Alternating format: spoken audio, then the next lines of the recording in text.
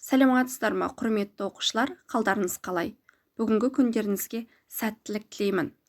Бүгінгі біздің сабағымыздың тақырыбы көп мүшелерге амалдар қолдану. Сабақ тақырыбына негізделген оқу мақсаты көп мүшелерді қосу және азайтуды орындау. Сабағымызды бастамас бұрын, өткен сабақты қайталау мақсатында сіздермен футбол ойынын ойнайық. Олай болса, сіздер бұл жерде қанша сұраққа жауап берсеңіздер, сонша гол салғанмен бірдей боласыздар.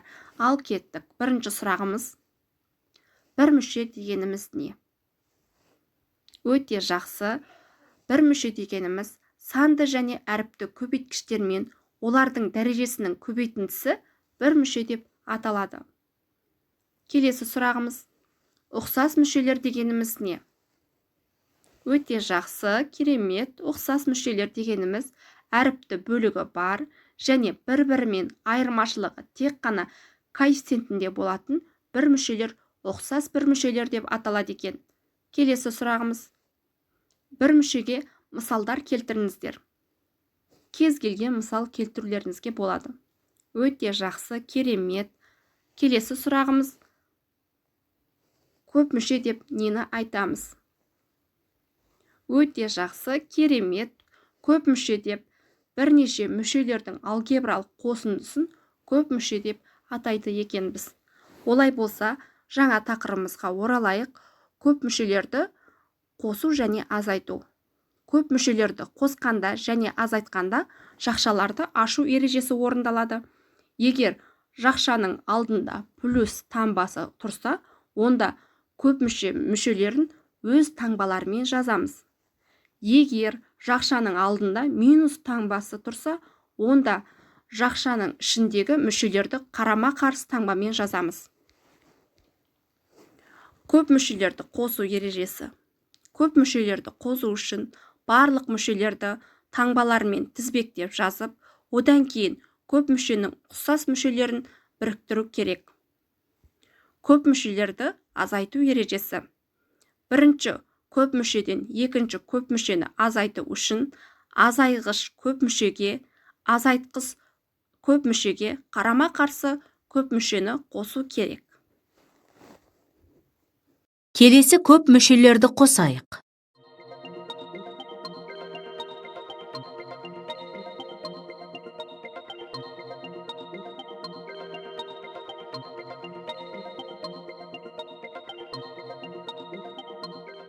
Көп мүшелерді қосу үшін стандартты қосу әдісі қолданылады.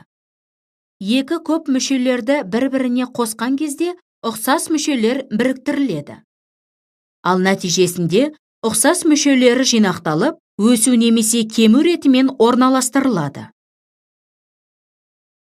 Көп мүшелерді азайту кезінде көп мүшелерді жақшаға алып азайтамыз.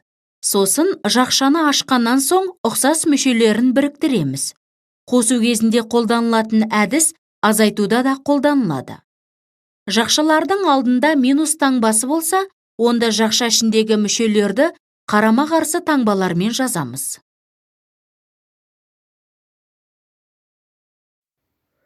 Тақырып түсінікті болса, ары қарай тапсырмалар орындап жалғастырамыз. Тапсырмаларды орындамас бұрын дәптерлеріңіздің шетіне 3 баспалдақтан тұратын жетістік баспалдағын салып қойыңыздар. Бұл бізге бағалауда керек болады. Сіздерге берілген бірінші тапсырма: өрнектердің қосындысы мен айырмасын табыңыздар. X квадрат минус Y квадрат және X квадрат плюс Y квадрат. Осы көп мүшелердің қосындысы мен айырмасын табасыздар. Тапсырманы орындап болсаңыздар, дұрыс жауабымен салыстырыңыздар. Сіздер бұл жерде көп мүшелерді жақшаға алып, азайтасыздар, қосасыздар, таңба ережесін пайдаланып, жақшаларда жазасыздар, ұқсас мүшелерді біріктіресіздер. Сол кезде көп мүшелерді қосқан жағдайда 2x квадрат шығады, көп мүшелерді азайтқан жағдайда минус 2y квадрат шығады.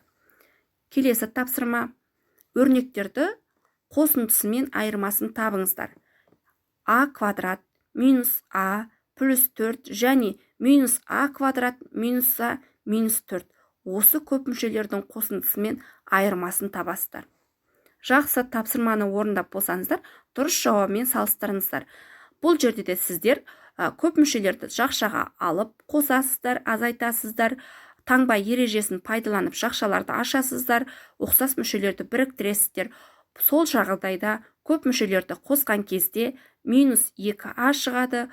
Көп мүшелерді азайтқан жағдайда 2а квадрат плюс 8 шығады. Егерде сіздерде бұл екі тапсырма дұрыс болған жағдайда жетістік баспалдағының бірінші баспалдағына плюс белгісін қойып кетіңіздер.